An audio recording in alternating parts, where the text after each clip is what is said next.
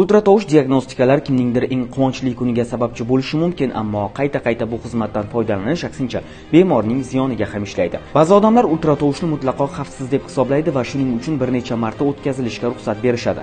Aslida har qanday diagnostika usuli o'z xavflarini o'zi bilan birga yetaklab yuradi. Axir u texnika, shu sabab ham bir necha bor ketma-ket tekshiruv jarayonlariga ruxsat berilmasligi kerak. Bemorlar o'ylashadiki, ultratovush orqali har qanday kasallikni aniqlasa bo'ladi deb.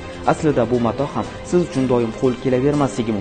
Ya'ni ba'zi o'sma yoki ichki jarohatlar aniq ko'rinmay qolishi mumkin. Bu holat esa bemorlarning zarariga xizmat qiladi. Shu o'rinda homilador ayollar uchun ham yaxshi tavsiyalarni aytib o'tishimiz kerakki, bu davrda har qanday vaqtda ultratovush tekshiruvidan o'tishga ruxsat berilmasligi kerak. Bu uchun muayyan muddatlar va qoidalar mavjud, chunki ba'zi holatlarda ona qornida bola bo'ladigan bo'lsa, tekshiruvni erta yoki kech o'tkazish u bolaga ham ta'sir qilishi mumkin. Ultratovush ta'sirlarining aniqligi ko'p jihatdan qo'llanilayotgan texnikaga va diagnostikani o'tkazilayotgan mutaxassisning tajribasiga bog'liq.